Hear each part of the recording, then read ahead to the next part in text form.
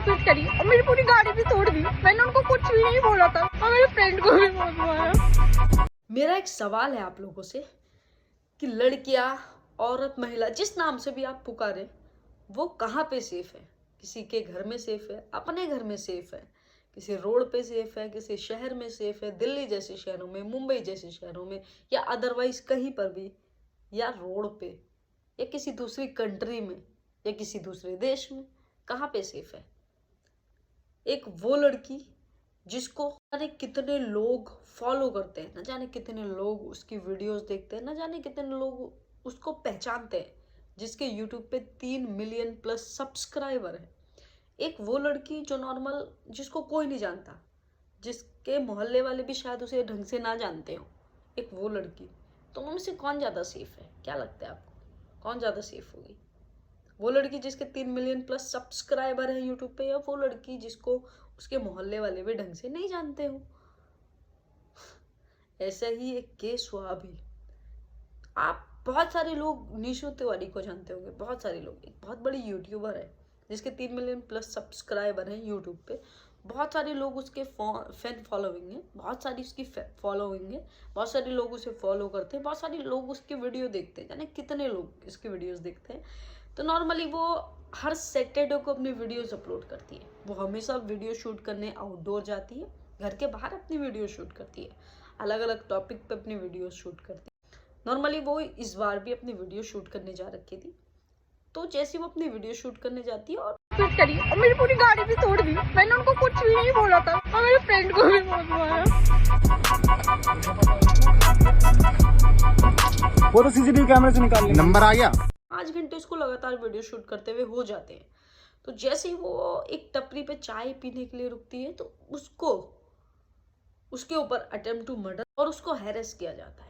वो बताती है अपनी वीडियो में कि मैं सुबह से एक गाड़ी को देख रही हूँ जो शायद मुझे लगता है कि मुझे फॉलो कर रहा है, और 4 बार मैं इस गाड़ी को देख चुकी हूँ रोड पे, और मुझे ऐसा लगता है कि मुझे फॉलो कर रहा है। मैंने जिन लड़कों की बात करी थी ना, वो भी दोबारा आए थे, ठीक है। उन्होंने यहाँ पे मारपीट करी और मेरी पूरी गाड़ी भी तोड़ दी। मैंने उनको कुछ भी नहीं बोला था, नॉट इवन सिंगल वर्ड, ठीक है। वो सुबह से मुझे ट्रैक दे रहे थे, सुबह से।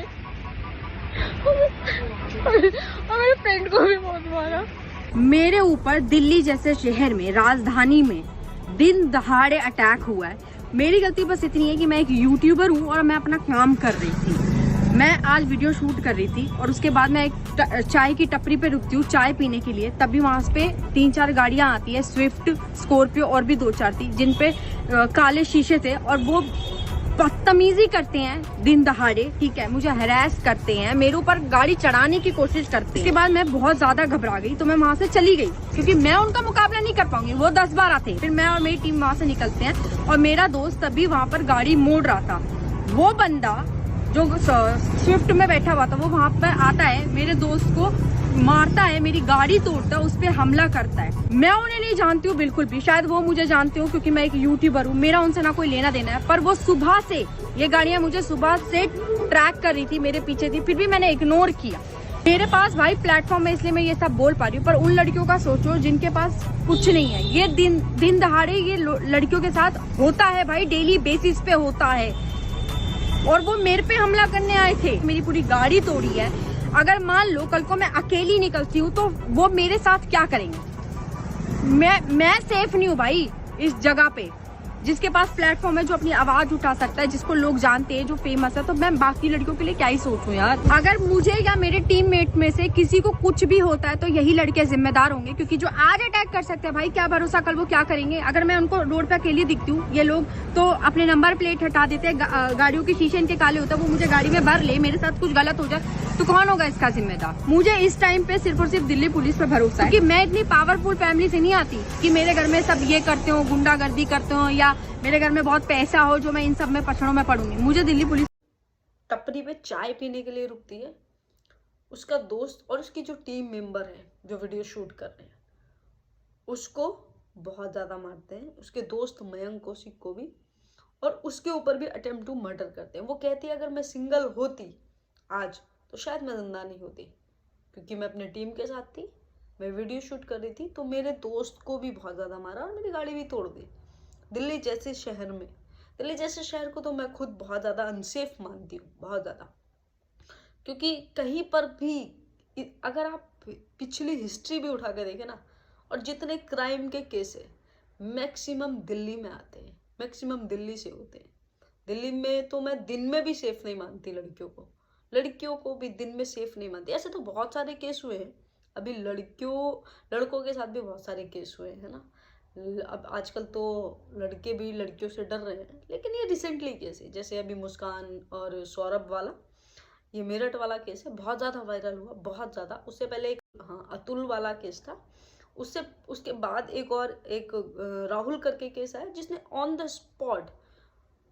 स्पॉट फांसी वाला बिल्कुल वो करके और वीडियो शूट किया लास्ट मोमेंट पे। उसने भी अपनी वाइफ से शायद परेशान होकर फांसी लगाई और on the spot video shoot किया उसके बाद। लेकिन ये वाली जो केस है, ये केस रिसेंटली है, मतलब अभी के केस हैं। लेकिन लड़कियों पे जो अत्याचार होता आ रहा है, लड़कियों पे जो अटेम्प्ट टू मर्डर या हैरेस उनको किया जाता है, या रोज का काम है, ये रोज का, ये ना जाने कब से होता आ रहा है, और ये डेली का है, ये हर रोज होता है। लड़कियों को न जाने कितने केस आते हैं। लेकिन ये जो सौरभ वाला केस है बहुत ज़्यादा वायरल हुआ।